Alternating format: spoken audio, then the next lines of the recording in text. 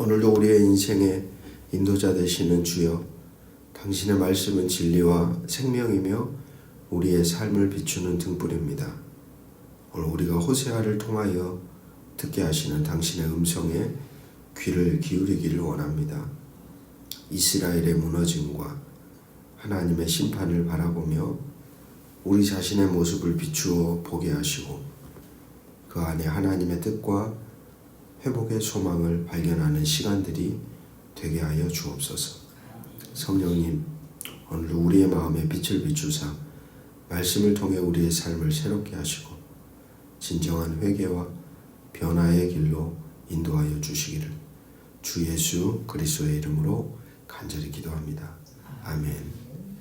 오늘 우리에게 주시는 기록된 하나님 말씀은 호세아 4장 1절에서 19절 말씀입니다. 1장에서 3장까지 오늘 본문 바로 전까지는 이스라엘의 범죄를 여자의 몸과 여인의 삶을 가지고 비유적으로 이야기했다면 오늘 4장부터는 지금까지 언급한 여성의 몸과 삶이 실제로 누구였는지 정확하게 이야기하는 거죠. 비유적으로 이야기했다면 이제는 이 여인이 누군 줄 알아? 하면서 얘기를 하는데 바로 북이스라엘 그리고 남유다, 그들의 사회적 몸 그리고 그들의 실제적인 삶과 상황이었다는 것을 4장부터는 이제 이야기합니다. 오늘 4장은 하나님께서 이스라엘의 죄악을 심판하시고 그들의 영적 타락을 고발하는 내용입니다. 이스라엘은 하나님의 율법을 버리고 우상숭배, 도덕적 부패에 빠졌습니다. 하나님은 그들의 배교로 인해 자연, 사회 모두 망가졌음을 경고하고 그들이 반드시 심판받을 것을 선언합니다.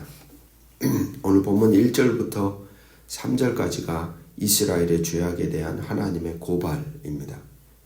그리고 4절부터 10절은 제사장들의 책임, 그리고 11절부터 14절은 우상숭배의 처참한 결과, 그리고 15절부터 19절은 이스라엘 그리고 유다의 경고. 그러니까 여기서 이스라엘이라는 단어가 나오면 이건 이스라엘 전체가 아니라 북이스라엘. 그러니까 이스라엘이 원래 하나였는데 두 개로 나누어지잖아요. 그러니까 위에 북이스라엘, 밑에 남유다. 그러니까 여기서 이스라엘은 북이스라엘을 가리키는 호칭하는 말로 이해하시면 됩니다. 1절부터 3절은 하나님에 대한 고발, 책망입니다. 그들에게 기대할 것이 하나도 존재하지 않습니다. 오히려 그들에게 존재해서는 안 되는 흔적들이 그들 안에 가득합니다. 도대체 자신들이 누구인지 자신들의 정체성이 모두 사라져버린 상태였습니다. 1절 이스라엘 자손들아 여호와의 말씀을 들으라. 여호와께서 이 땅 주민과 논쟁하시나니 이 땅에는 진실도 없고 인애도 없고 하나님을 아는 지식도 없고 세 가지가 없다고 이야기하죠. 진실 그리고 인애. 인애라는 것은 변함없는 사랑과 충실함. 그리고 세 번째 하나님을 아는 지식. 이스라엘은 하나님을 아는 지식의 부재로 인해 바알 숭배에 몰두합니다. 여러분, 하나님을 아는 것이, 여호와를 아는 것이 지식의 근본, 지혜의 근본이라고 구약 성경에 이야기하죠. 하나님을 알지 못하면 사람은 자신이 누구인지를 깨달을 수가 없습니다. 그러니까 사람은 자기의 정체성을 누구로부터 발견하게 되냐? 하나님을 바로 알 때 내가 누군지를 알게 되는 거예요. 하나님을 바로 알 때 내가 누군지를 알고 내가 어떻게 살아가야 하는지까지 알게 되고 나와 관계 맺어진 관계를 어떻게 살아가야 할지를 인식하는 거예요. 순서가 하나님을 알아야 하는 거예요. 하나님을 아는 지식은 이스라엘의 영적 상태를 측정하는 잣대와 같습니다. 하나님을 아는 지식이 있을 때 이스라엘은 하나님과 건강한 관계 안에 있었고 하나님을 아는 지식이 부재할 때 하나님과 어그러진 관계에 있었으며 영적, 도덕적으로 부패하고 타락한 상태에 있게 되었다라는 겁니다. 하나님을 안다는 것은 하나님이 어떤 분인지, 도대체 그분이 뭘 원하는지, 무엇을 기뻐하는지, 그분의 뜻이 무엇인지를 안다는 의미죠. 신앙인들의 정체성의 그 첫걸음이 그래서 하나님에 대해 바르게 아는 겁니다. 그래서 우리가 우리 교회에서 읽어가는 매일 성경 묵상집에 첫 번째 질문, 두 가지 질문이 있죠. 그 첫 번째 질문이 뭐냐? 같이 한번 따라해 봅시다. 하나님은 어떤 분입니까? 그러니까 우리가 오늘 주어진 본문을 읽어가면서 그걸 부단히도 질문하며 보는 거예요. 도대체 이 본문을 통해 드러나는 하나님 누군가? 2절을 보면 참 신기하게도 사람이라는 존재 안에 있어야 할 것들이 제대로 자리하지 못할 때 있어서는 안 되는 요소들이 판을 치는 자리가 되어버립니다. 무엇을 매 순간 우리 존재 안에 마음과 생각과 삶에 채워가는지가 그렇기에 참으로 중요하죠. 3절 그러므로 이 땅이 슬퍼하며 거기 사는 자와 들짐승과 공중에 나는 새가 다 쇠잔할 것이요 바다의 고기도 없어지리니. 아울러 하나님을 아는 지식이 부재한 이들이 세상 위에 많아질수록 그런 사람들이 살아가는 세상 역시 파멸됩니다. 하나님을 아는 지식의 부재 속에 만들어지는 죄된 삶은 바로 그 사람과 연결된 모든 관계를 파괴하거든요. 사람의 관계, 자연과의 관계, 하나님과의 관계.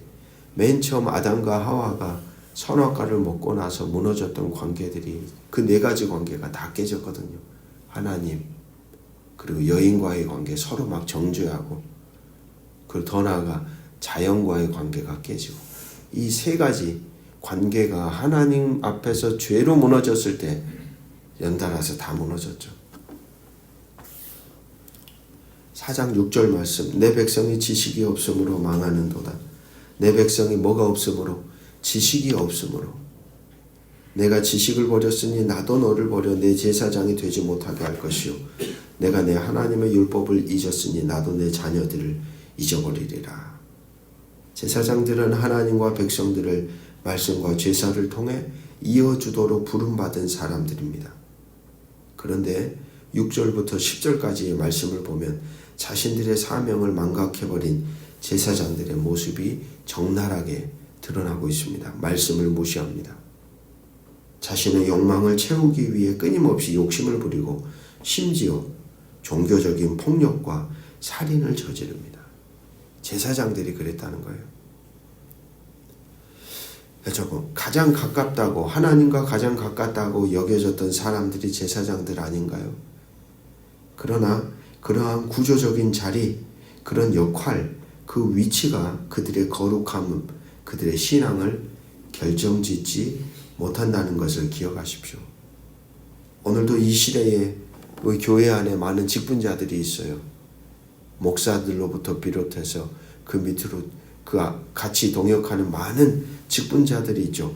그 직분이 그들의 신앙을 결정짓지 못합니다. 결정지으면 좋겠는데, 목사라면 목사답게 살면 좋겠고, 장로라면 장로처럼 정말 신실하게 살면 좋겠는데 그렇게 결정을 짓지 못해요.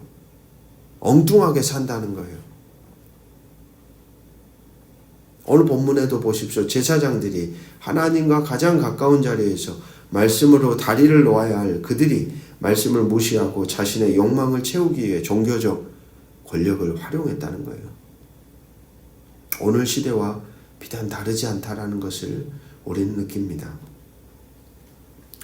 하나님에 대해 지식이 있다는 증거, 하나님을 안다는 증거는 그렇게 아는 하나님의 뜻을 따라 바르게 살아내므로 바로 바른 관계 맺음이 드러납니다. 그게 증거예요. 그게.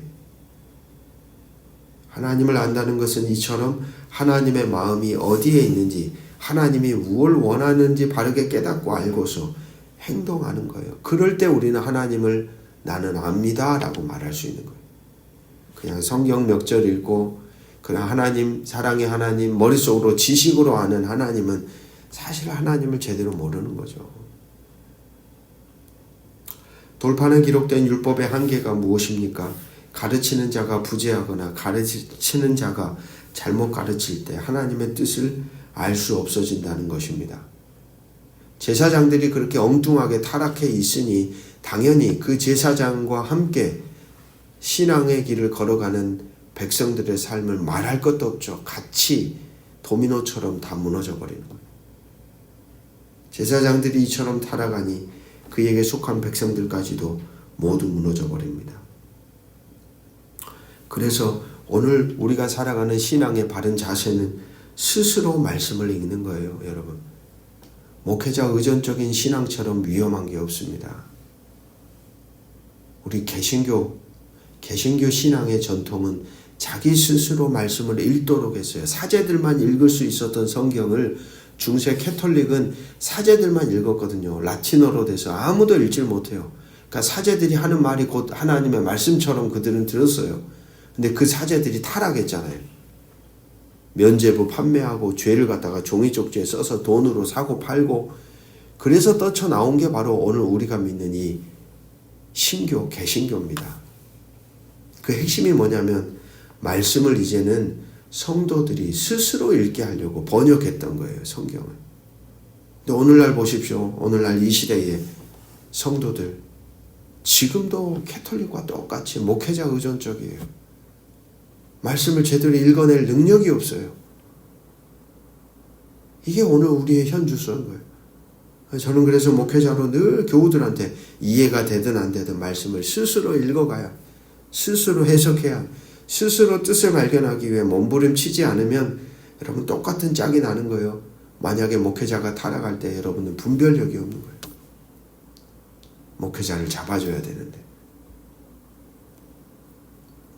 스스로 말씀을 읽고 해석하고 그 가운데 하나님의 선한 뜻을 바로 알아가는 건강한 성도로 자라가는 것이 너무나 중요합니다. 그게 바로 건강한 교회를 만드는 기초예요. 기초. 4장 7절을 보시면 제사장들이 많아진다고 하여 이스라엘이라는 나라가 거룩해지지 않았습니다. 그대로 목사들이 많아진다고 하여 이 나라가 거룩해지지도 않습니다.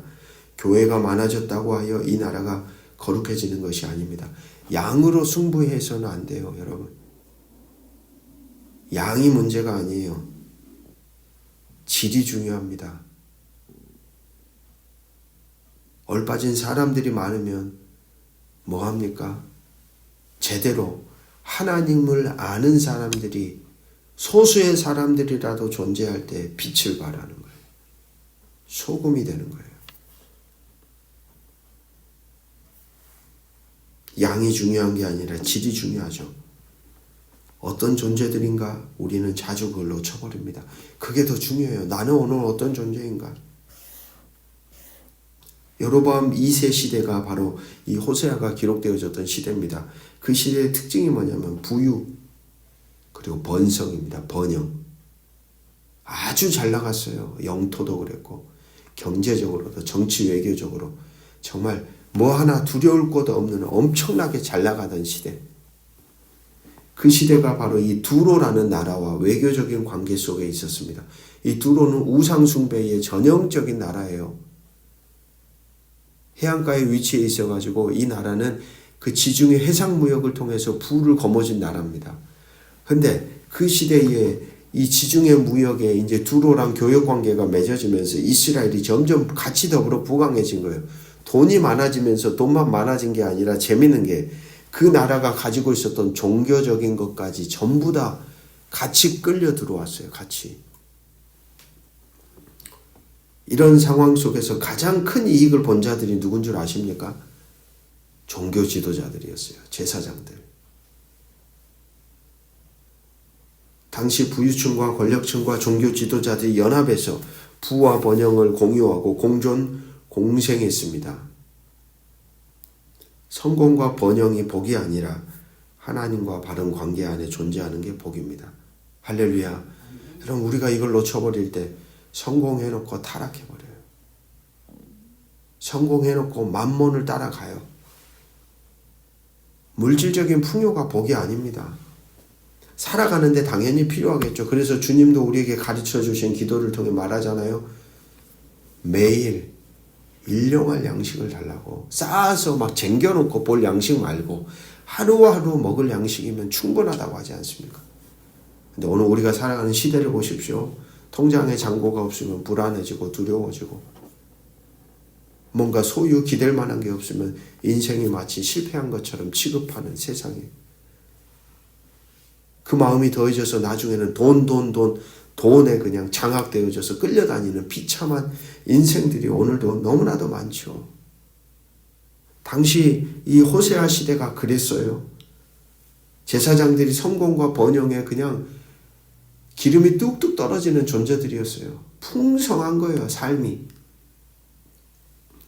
성공과 번영이 복이 아니라 하나님과 바른 관계 안에서 하나님을 아는 지식으로 충만해져서 하나님이 원하는 뜻을 따라 살아가는 사람들이 되어야 합니다라고 말을 해야 될 사람들이 기름이 뚝뚝 떨어지는 번영과 번지르한 삶을 영위하며 살아가고 있었단 말입니다.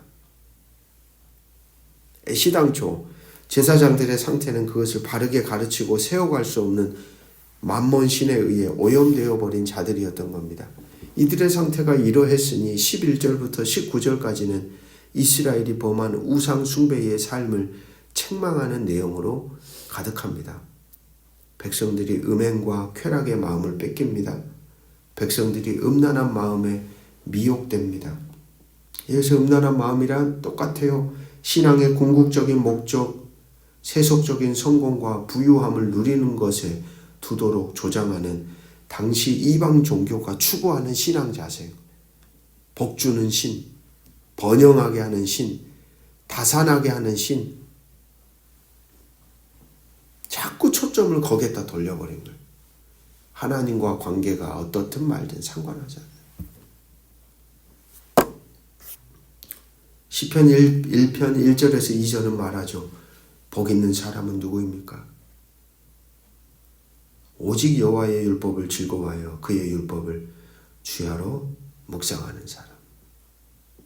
하나님 말씀 안에 살아가는 사람. 그 당시에 백성들의 음란한 상태가 아주 심각해져서 누구와 누구도 책망할 수 없는 상태까지 이르렀습니다. 아비도 자녀들한테 야 똑바로 살아라 말을 못하는 거예요. 왜? 아비들도 음란하니까. 누구 하나 잡아주지 못하는 처참한 상태. 4장 15절을 보십시오. 이스라엘아 너는 음행하여도, 여기서 이스라엘이란 북이스라엘이에요. 북이스라엘이 너 그렇게 무너지더라도 유다는 남유다. 유다는 죄를 범하지 못하게 할 것이라. 그렇게 명하는 거예요. 그랬으면 좋겠다는 거예요. 근데 참 신기합니다. 여러분 좋은 것은 그렇게도 전달이 안 돼요. 전염이 안 돼. 선한 행동이 전달이 잘 안 되네요. 신기하게도 악한 것은 기가 막히게 전달이 됩니다. 물들어요. 순종은 전염성이 약하죠. 그런데 불순종과 반역, 죄악은 전염성이 아주 강합니다. 그리고 그렇게 물드는 존재가 누구예요? 사람임을 우리는 기억해야 합니다. 아, 그렇게 악한 것에 내가 취약한 존재구나. 말하지 않아도 벌써 내 마음 안에 들어와 있어, 악한 게. 좋은 것은 들어도 말씀을 그렇게 들어도 왜 들어오질 않아? 사라지지도 않아. 여러분 그런 존재가 사람임을 우리는 인식해야 돼요. 아, 사람이 그런 존재구나. 그렇게 생각하면 오늘도 내가 누구를 만나는 것이 중요합니다. 오늘도 내가 무엇을 본받고 무엇을 생각하고 살아가는가 중요해요. 그거 하나하나 할 때에도 내가 취약한 줄 아니까 내 자신을 지키기 위해서 고민하는 거예요. 오늘도 어떤 사람들을 만나고 어떤 말을 하고 어떤 생각을 품고 어떤 마음을 품고 살아갈 건가. 자기 성찰이 없으면 엉뚱한 존재가 될 수 있다는 사실. 마지막 4장 16절 같이 한번 읽어보겠습니다. 시작. 이스라엘은 완강한 암소처럼 완강하니 이제 여호와께서 어린 양을 넓은 들에서 먹인같이 그들을 먹이시겠느냐. 어린 양이었는데 목자와 양의 관계 가운데 있었는데 이들이 이제 어떤 존재가 되어버렸어요. 완강한 암소. 완강하다는 말은 완전히 반항적으로 달려든다는 의미를 갖고 있습니다. 완전히 반항적으로 달려들어요. 목자를 들이받아. 세상에 은혜로 부름받았던 사람들이 이제는 부름받은 대상을 향해 들이받는 사람들이 되어버렸어요. 오늘 우리는 어떤 사람들일까요? 오늘 우리는 양입니까? 우리는 완강한 암소가 되었습니까? 함께 기도하겠습니다. 하나님, 오늘도 주님의 말씀으로 우리의 존재를 비추어 주시니 감사합니다. 우리가 하나님을 아는 지식으로 가득하게 하시고 진실과 인애와 주님과 바른 관계를 맺는 삶을 살아가게 도와 주옵소서. 세상의 거짓된 번영에 속지 않고 참된 복이 당신의 말씀 안에 있음을 기억하며 살아가게 도와 주옵소서. 우리의 삶이 주님의 뜻에 순종하며 선한 영향을 끼치는 전염성 있는 믿음의 모습이 되게 하시고 강팍한 마음이 아닌 겸손과 순종으로 나아가게 하옵소서.